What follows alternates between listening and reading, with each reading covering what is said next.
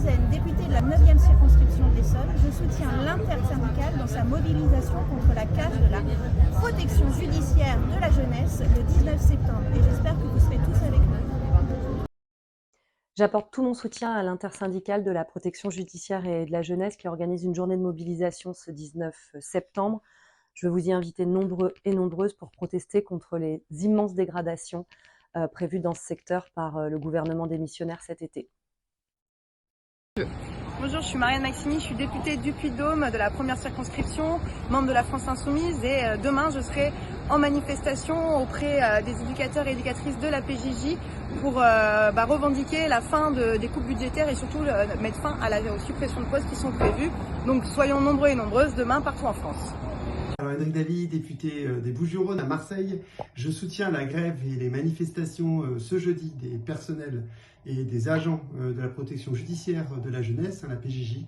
Ils font un travail absolument indispensable et à Marseille c'est d'autant plus important que beaucoup de jeunes et de mineurs sont pris dans les filets du trafic de drogue et on a besoin de ces agents et 500 suppressions d'emplois, c'est absolument inadmissible. Donc je suis solidaire avec eux, je serai avec eux. Bonjour à toutes et à tous, c'est Hugo Bernalicis, député du Nord, membre du groupe parlementaire de la France Insoumise. Et au moment où les réactionnaires sont de plus en plus nombreux au Palais Bourbon pour donner une vision rétrograde du traitement des enfants qui sont en conflit avec la loi, il est urgent d'apporter notre soutien au personnel de la protection judiciaire de la jeunesse qui ont en charge ces mineurs, ces enfants.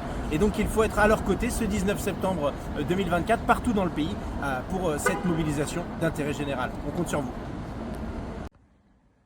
Je voudrais apporter un message de soutien à la protection judiciaire de la jeunesse, à l'ensemble des organisations syndicales qui sont engagées dans ce mouvement et évidemment à l'ensemble des agents. Les annonces de cet été, par surprise, d'une dégradation spectaculaire des moyens de ce service public essentiel pour accompagner nos jeunes, eh bien c'est une décision absolument dramatique. Beaucoup d'enfants ont des parcours de vie difficiles, ont besoin d'être accompagnés, il faut leur donner une deuxième chance et sacrifier des moyens auprès d'enfants qui ont tant besoin d'être accompagnés. Ils ont parfois fait des bêtises, mais enfin c'est justement pour ces raisons-là qu'il faut leur donner leur chance et donner des professionnels qui puissent les encadrer et les accompagner.